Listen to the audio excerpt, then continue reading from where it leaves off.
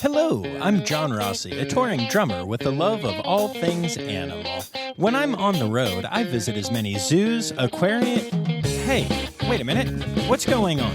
Hey, what's going on there? Hello? Hello? Hello? We interrupt your regularly scheduled program to bring you Rossifari Zoo news. News you can use from the world of zoos and conservation. Every week, we bring you breaking news and analysis from around the globe, featuring the animals you love and the people who care for them. And here's your anchorman, John Rossi. Hello, hello, hello, and welcome back to Rossifari Zoo News, our weekly look at all of the things going on in the world of zoos, aquariums, conservation, and weird animal stuff. I'm excited to have you all back, or to have you here for the first time. It seems like the podcast is really growing lately, and I'm really excited about that fact. My numbers have been kind of insane, and I just appreciate all of you that have helped grow this community and that have been a part of this community for a long time, and all of you who are new to the community. I appreciate, basically, if you're listening to this, I, John Rossi, appreciate the heck out of you. But enough pandering. No, I'm kidding. I really do. But if this is your first time, or if you got hit in the head really hard and don't remember, this is Rossifari Zoo News. It is a crowd-sourced news program. And what that means is that you can send me any stories that you see that would be appropriate for the show. You can tag me in them on Facebook, Instagram, Twitter at Rossifari, on TikTok at RossifariPod, or email them to me, rossifaripod@gmail.com. And I may or may not use the stories, but I like reading them and seeing them all. And regardless, whether I use it or not, you'll get your name in the credits at the end of the episode. You'll get to hear me say thanks and such. So that's pretty exciting, I guess. That seems like a good trade-off. Yeah, and so that's how this works. And it's a lot of fun and a lot of interesting stuff, and I'm excited to share all of this with you. And speaking of sharing with you, I wanted to start off by talking about something that I've been doing on Instagram and Facebook lately called NGL, which is short for Not Gonna Lie. It is an anonymous way for people to send messages to me. They can ask questions or just tell me things. First of all, it's been a lot of fun. I find that way more people reach out through NGL than ever have through when I just say, hey, send me messages or ask me questions, and you actually have to attach your name to them. So that's fun, and it's been really cool kind of sharing some of who I am and some of my stories with y'all that way. Some of y'all are thirsty as heck. I'm gonna just say that, and I enjoy all those compliments a lot. But I've had some friends reaching out and being like, "Wow, your fans are thirsty." So yeah, okay, that's something that I learned, and that's also been a lot of fun, actually. And so I want to thank my great fan and friend and former guest, Jesse Gorman, for making a suggestion, because I mentioned on there that when I didn't have an NGL up for the first time, I got messages asking me where it was. People missed it. And so I've decided to take Jesse's suggestion, and I'm going to do an NGL when I release an episode. It might just be every Tuesday. I might occasionally do it with Zoo News on Friday as well. And this might fade in like a week or two because I don't really know that NGL is going to stick around and be a big deal for a long period of time. But for now, it's fun. And so think of your anonymous questions and comments about my butt or whatever, because that has happened. And get ready, because it will definitely be there on Tuesdays and might be on some Fridays as well. Oh, I also have one very important story that doesn't actually fit Zoo News, but that I wanted to share with all of you.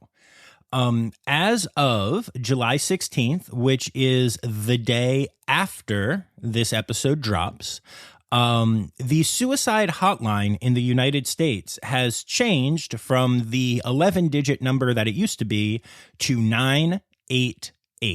When people call or text 988, they will be connected to trained counselors with the existing Lifeline network that is already there from the longer number. So if you are ever having those thoughts, if you are ever in a dark place and you really, really need to reach out, 988. That's all it is. It's like 911, but 77 better. So, yeah, just please keep that in your mind. And if you ever go to one of those dark places, please reach out. And now you can even text if you're afraid to call. This is really exciting. And I'm really glad that this has happened and that there's now an easy way to reach out in those darkest moments because, mental health issues are real. And they're just health issues. I was in the hospital because of an infection and, for some reason, no one makes fun of that, despite the fact that it was actually a pretty funny story for those of you who listened to those episodes. But oftentimes people make fun of health issues that are in the mind, mental health issues, as they call them. And I'm just here to say that's not cool. And if you need help, please reach out.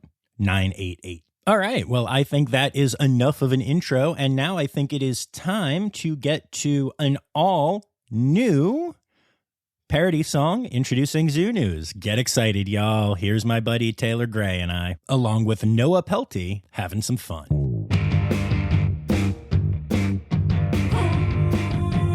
Time for Zoo News. Time for Zoo News.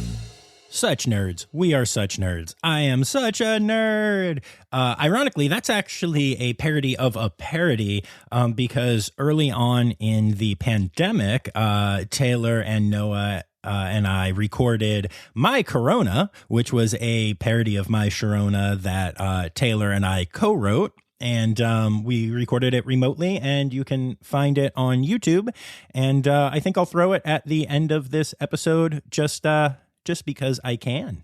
But all right, I want to start actual zoo news this week with a pretty serious story and a call to action from our friends at Lions, Tigers, and Bears. Now, you may remember that is a sanctuary out in San Diego County, California, and it is awesome. Bobby Brink, the founder and owner and person who just does everything there, sat down with me for an interview recently. If you haven't heard it, go listen to it. She's kind of incredible and is just really doing some amazing stuff to help save animals. And this story ties into that. So recently in Mexico City, authorities raided a black jaguar, white tiger animal sanctuary after pictures of the animals being in really bad shape started circulating on social media. In total, the plan is to take 202 animals away, including monkeys, dogs, donkeys, coyotes, lions, tigers, jaguars, and other exotic big cats. Now, if you listened to the episode with Bobby Brink, you know that there are a lot of places that call themselves animal sanctuaries that don't have any form of accreditation or any governing bodies, and they do all kinds of crazy stuff, including allowing people to come in and take selfies with animals and videos and do breeding for cubs for that purpose as well. In the episode, Bobby mentions that if you ever see anything like that, anything that allows cub petting or even just selfies with dangerous animals, that is a sign that it is not a good sanctuary. And this is not a good sanctuary. Of course, because it's in Mexico and because a lot of celebrities go to Mexico City where this has actually been a place where a lot of celebrities have taken pictures with, cubs and donated money and done all that kind of stuff. And it actually is a pretty well-known place in the kind of celebrity sphere, I guess you would say. And that makes it all the more disgusting that they were mistreating their animals. The man who runs and owns the sanctuary, Eduardo Serio, is denying any wrongdoing. However, he is also refusing to meet with authorities and is currently being sought for investigation into this because there has been a lot of mistreatment of animals there. Animals were living together in squalid conditions. Some are missing eyes or tails or whatever that were bitten off by other animals at the sanctuary. It's not pretty, y'all. So anyway, I mentioned that this was a call to action, and that is because Lions, Tigers, and Bears is urging people to go to their social media, Lions, Tigers _and Bears, and follow the link to sign a petition in order to make sure that Sedima Samarnat and Profipa, which are the government agencies in Mexico that are currently in charge of these animals, will release them to sanctuaries in the U.S. That are willing to rescue up to 60 of the big cats, provide transport, logistics, and lifetime care, and to accredited zoos and good, proper sanctuaries in Mexico, rather than just putting them into additional sanctuaries in Mexico with the whole quotes over sanctuaries, because there are apparently a lot of places like this in Mexico.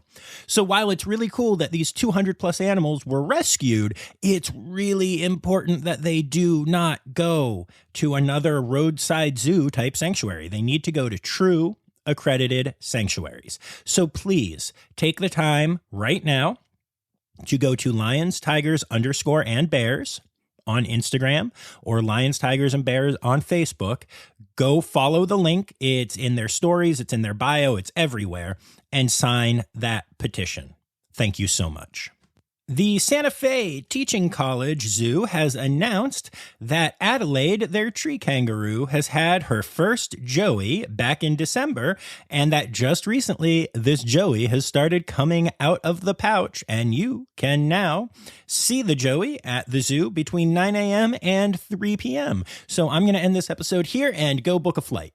Okay, I'm kidding. Probably. But this is really exciting. Tree kangaroos have such a small population in North American zoos, and every joey matters. And this is now the second one who has made an appearance at a zoo this year. So big deal. Good news. Yay!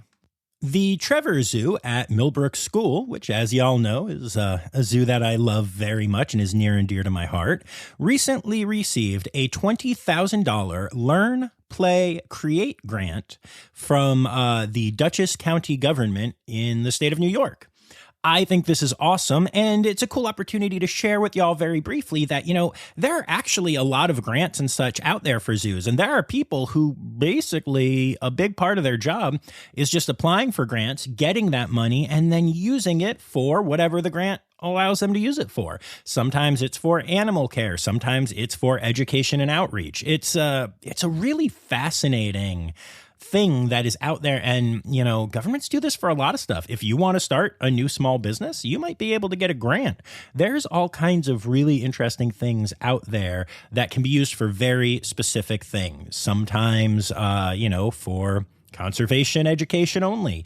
Sometimes it might be a grant that exists solely to help a member of the BIPOC community start a new business or something like that. But there is a lot of stuff out there, and grant writing is a very challenging thing in the world of conservation, but something that people do a lot of. So maybe you should check out some grants for yourself, or at the very least, be thankful that they're out there for zoos and places like the Trevor Zoo. We also have some good news out of the Nashville Zoo.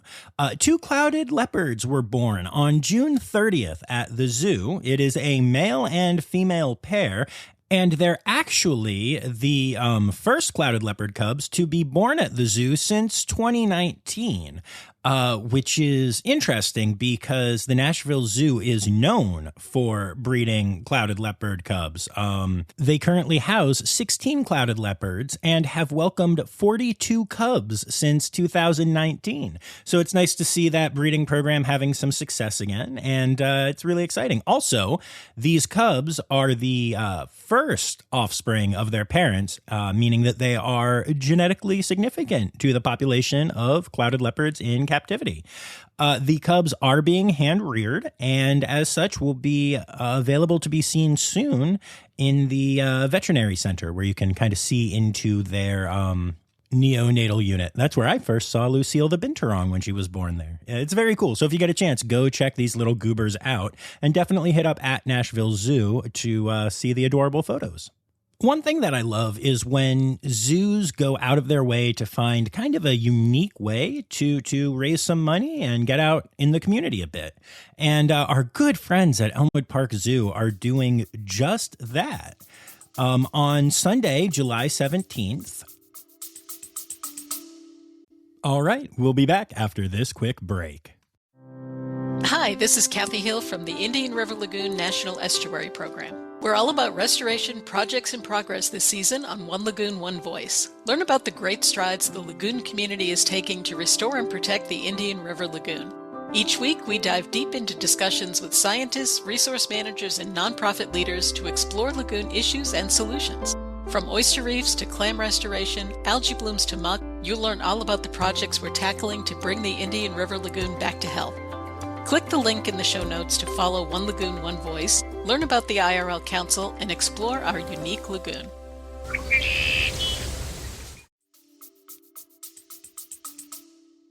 Philadelphia Eagles quarterback Jalen Hurts will be making his first ever public signing appearance in Philadelphia at the Montgomery Mall. He's going to be there, and you can get a ticket to go and see him and get a signature. And a portion of the proceeds will go to support Elmwood Park Zoo and their conservation efforts. So that's pretty cool. And I really love that. Now, Elmwood Park Zoo is home to the eagle mascot that flies at games and such, so the connection makes sense. But I just love that they're out in the community in this way, and that they're going to be making some money off of an NFL player, because Lord knows they have enough. But yeah, I just love any story about a zoo partnering with the community in neat ways, especially to fundraise.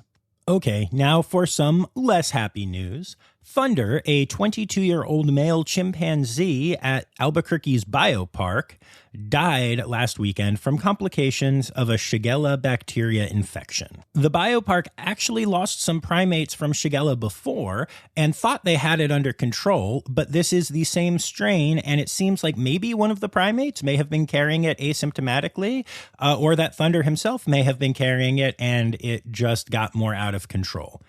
There is no indication at this time that Thunder's death signals another Shigella outbreak. This is a particularly devastating loss for everyone at the biopark, as Thunder and his twin sister Rainy were born at a medical lab during a thunderstorm, which is where the names come from, and went to the biopark in March of 2002 without their adults, and as such, they were raised by the biopark staff. Condolences to the entire ABQ biopark team. And speaking of sad news, a second elephant has died at Zurich Zoo from the EEHV virus that has been causing so much destruction to elephant populations, both in captivity and in the wild. This time, the victim was an 8-year-old Asian elephant named Omisha, and she died 2 weeks to the day after her 2-year-old brother, Umesh, died from the same disease. Now, if you've listened to other episodes, you know that they are currently working on treatment plans and vaccinations for EEHV, but things are up in the air right now. I can't help but think that every death right now is going to be remembered as one of, hopefully, the last ones before we are able to solve this crisis. But that doesn't make the loss any less painful. So, again, condolences to the keepers and staff at the Zurich Zoo. All right, so let's move on to some happier news. Zoo Knoxville recently announced the birth of an African lion cub. The female cub was born on June 16th, only 6 months after the last 2 cubs of this mated pair were born. The mother of the cub is named Amara, and while the cub came out absolutely healthy, Amara did experience complications during the birth. It turned out that she wasn't seeming very well, and so they did an ultrasound, and they saw that a stillborn cub was lodged in the birth canal. Veterinarians from the University of Tennessee College of Veterinary Medicine quickly performed emergency surgery, and the surgery was successful, but Amara was really slow to rebound. And further tests diagnosed acute renal insufficiency. The good news is that this can be treated with medication, and the care team is cautiously optimistic that they will be able to continue to take care of her with oral meds, fluid therapy, and additional care, which she has been trained to participate in voluntarily. As of the latest report, Amara is doing well. She is bright, acting more like her usual self, and most importantly, caring appropriately for her cub. And I only say that's most importantly because, it shows that she's healthy. I'm not saying that the health of the cub is more important than the health of the mother. I understand that is a sensitive topic right now. I'm not saying that. I'm just saying that it's really freaking cool that she's doing well enough to take care of the cub even while still recovering herself. What a badass woman. Good job, Amara, and congrats to everyone at Zoo Knoxville.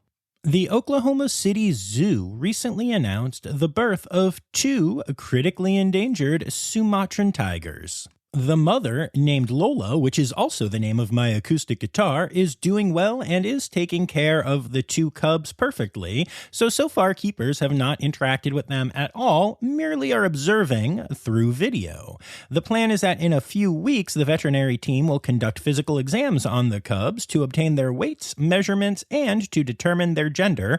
But at this point, it's just Lola and the cubs doing tiger things on their own. While the cubs won't be available to be seen for quite some time, when they do get out on exhibit, make sure you run to the Oklahoma City Zoo to check them out because tiger cubs are real cute, y'all.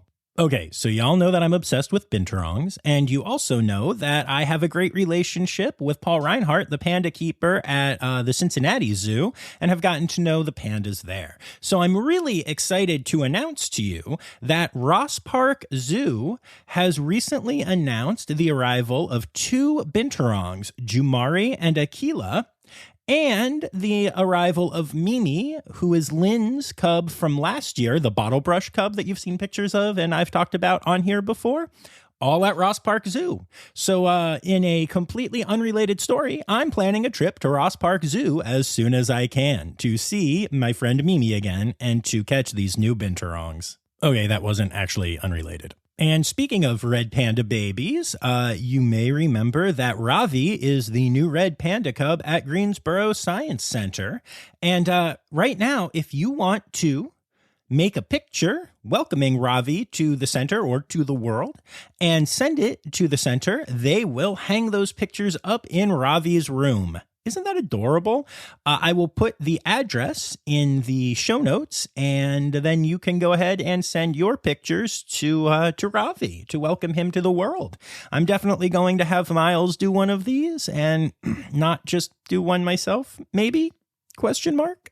And last but not least for zoo news, some zoos and sanctuaries, including Lion Country Safari in Loxahatchee, Florida, and yes, I'm only using them as an example because I wanted to say Loxahatchee, Florida, are joining a research project called AIRS, which is short for American Institute of Rhino Science, and they're doing a program where crashes of rhinos will be given fitness trackers. And the goal is to see just how they're using their space and are they, quote, getting enough steps and closing their rings, end quote, to anthropomorphize as much as the people in the project do when describing it to humans. So that's pretty cool. And it's going to be interesting to see exactly what they discover. I will tell you, I doubt they'll have to do it on juvenile rhinos because I have seen them run and trust me, they get their steps in.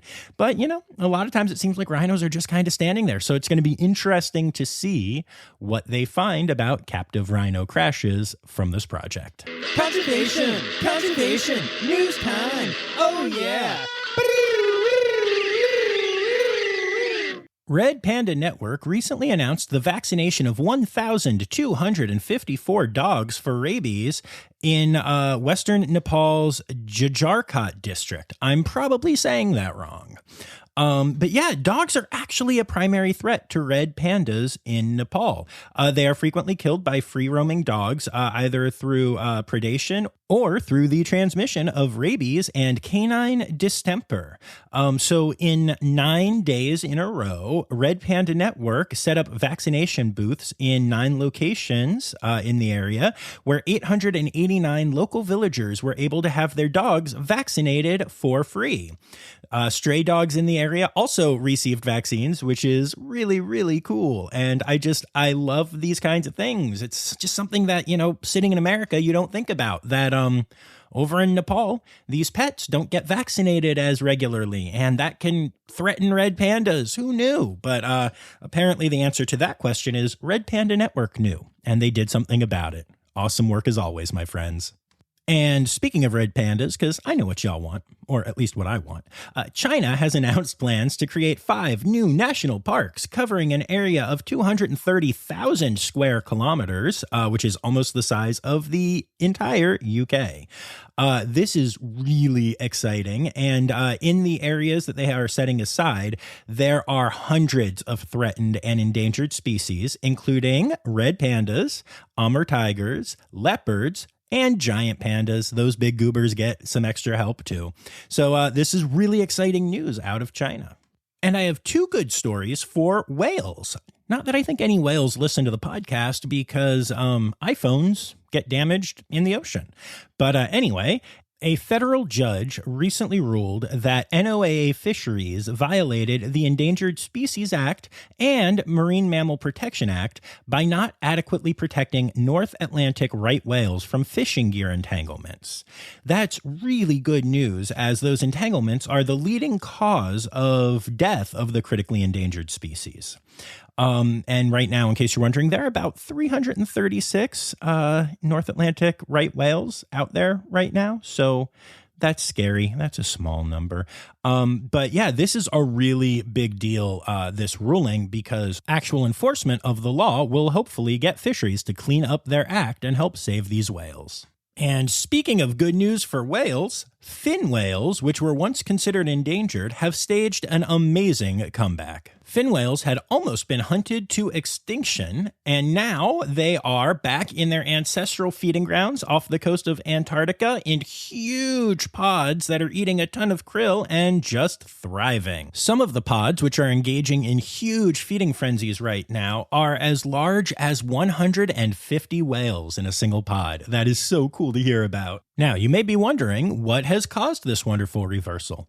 Well, the groups in charge of figuring out how much whaling should be allowed after hunting them almost to extinction decided that no one was allowed to hunt fin whales, and people listened, and it was enforced, and now the population is thriving. This is such a great story because it shows how some basic, legislation and paying attention to what's going on and being willing to give up some profit in order to save the planet can actually work. Yay, that. Of course, the problem with counting on legislation to help take care of conservation is that sometimes legislators suck.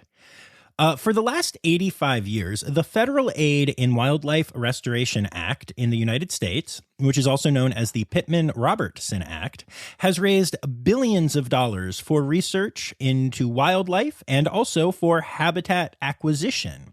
The bill is funded by a 10 to 11% excise tax on hunting and fishing gear, including firearms, and it is arguably the most important source of conservation funding in the entire United States.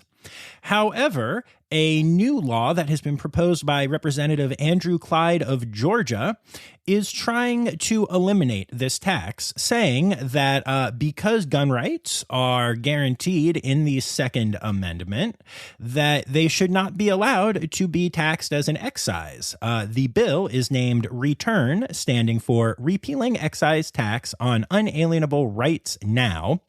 Now was definitely a stretch just to make it have a catchy name, but whatever.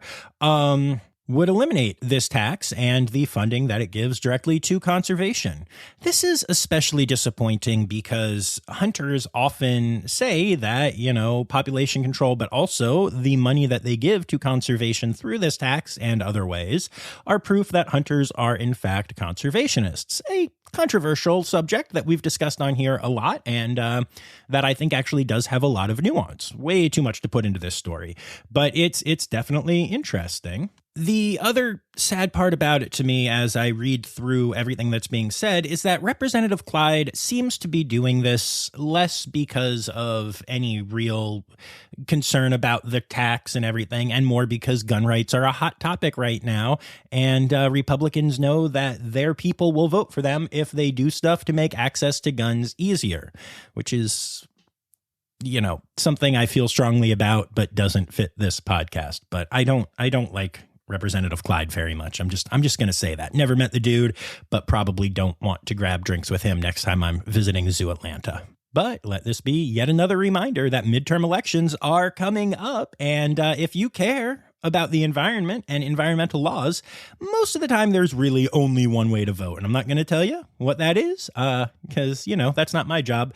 But if you do care about that stuff and it's really important to you, make sure you actually do get out and vote. Midterm elections have a horrible percentage of eligible voters that actually come out to vote. And if more of those people did because they care about things like this, then things might look a little different in this country. Just saying. And last but not least in conservation news this week, a sighting of an American black vulture has confused some people because it was sighted in Nepal.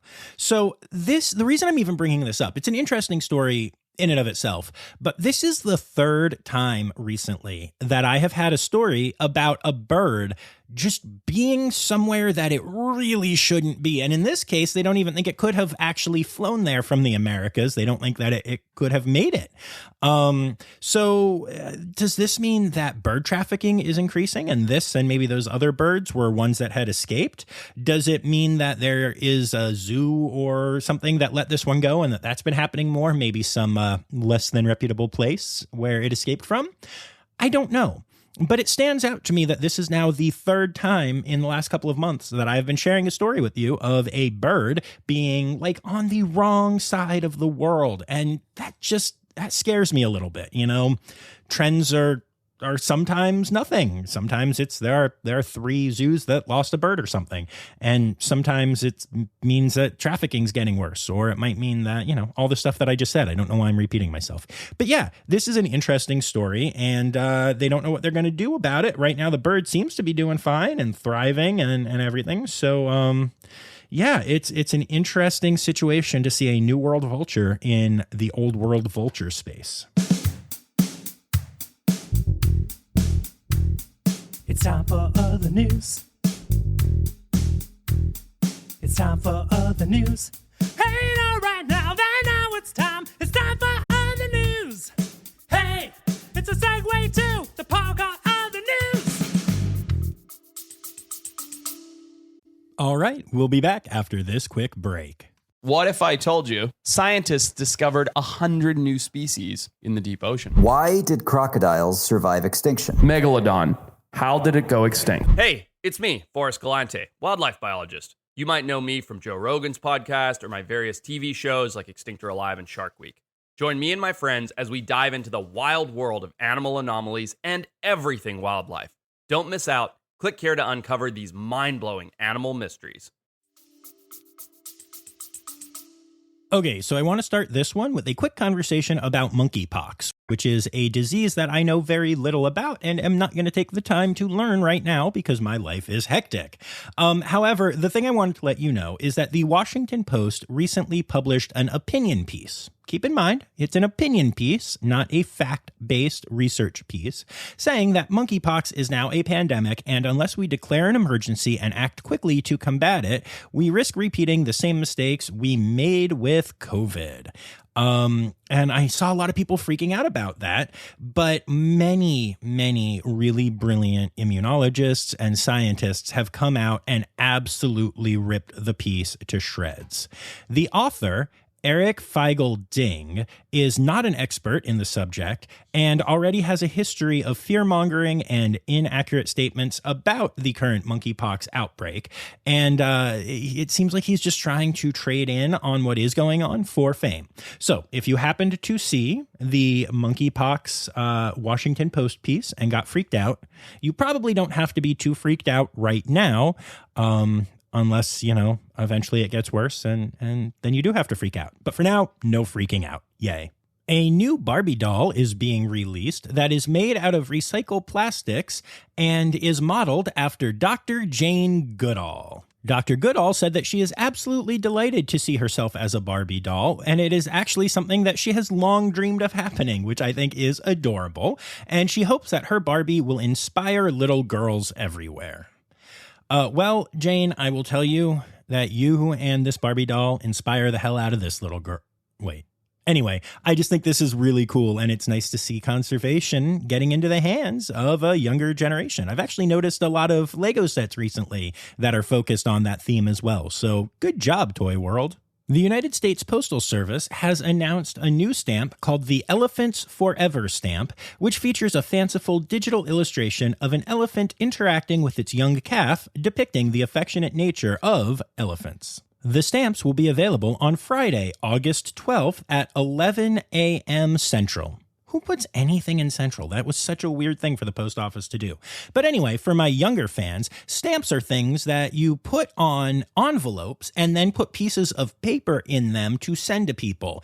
It's like the thing when you hit the send button on your email, only you're going through snail mail, as people call it. Yeah, so that's how people used to communicate before we all had computers and computers in our pockets and stuff. And now you know. And last, but certainly not least, I highly recommend that you go to @CBS Sunday on Twitter to find their reporting on a dog named Dexter who lost a leg in an accident and has taken the concept of adaptive behavior to a whole new level. Dexter uses upright locomotion. In other words, he stands on his hind legs and jogs like a human. Watching it is ridiculous and adorable, and I cannot believe this dog is doing this. Dogs are awesome. I love them, despite the fact that, as I'm saying this, Paradiddle is trying to jerk my arm away from the computer because she wants to play, and I need to finish this podcast and get it out to my fans. Paradiddle, what are you doing, goober? Yeah, you. Yeah, you. I'm talking to you. I love you. Animal, animal, animal holidays. Animal, animal, animal holidays. All right, so it is still July, which means it is Parks and Recreation Month, Plastic Free July, National Bison Month, and Wild About Wildlife Month. And then we get to our individual days, and on the 15th, it is Arctic Sea Ice Day and I Love Horses Day. The 16th is Guinea Pig Appreciation Day. I know my friend Laura is going to love that day. And World Snake Day, which is weird since snakes like to eat guinea pigs. Maybe it's the snakes that are appreciating the guinea pigs. I don't know. But anyway, the 17th to the 23rd is both Coral Reef Awareness Week and National Zookeeper Week, which is like, a pretty big deal for this podcast. Big fan of that. And then on Thursday, the 21st, it is Andean Bear Day. And those are your animal holidays for the week.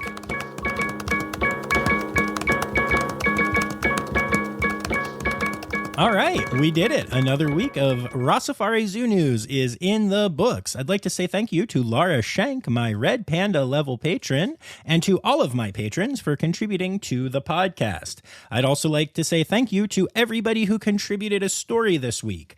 Anya Keene, Colleen Lenahan, Kim Cooley, Jacob Newman, Dylan Hoy, Liz Dunlevy, Crystal Chapman, Carrie Kirkpatrick, Kristen Khalil, Megan Barrett, Ren Howell, and Jesse Gorman.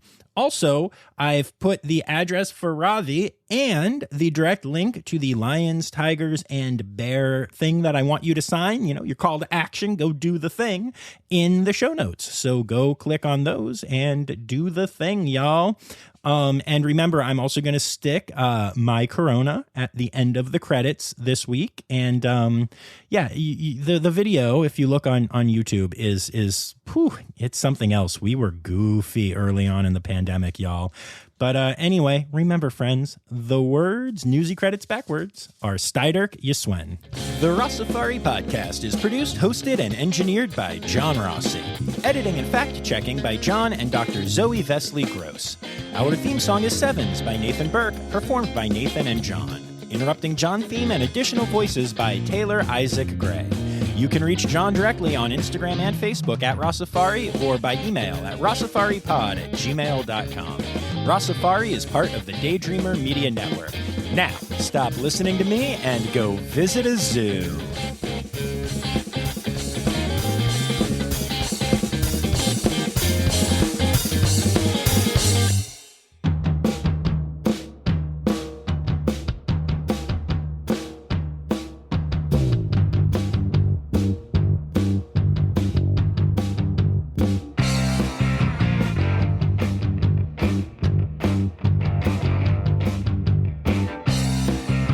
Ooh, I feel I'm coming down.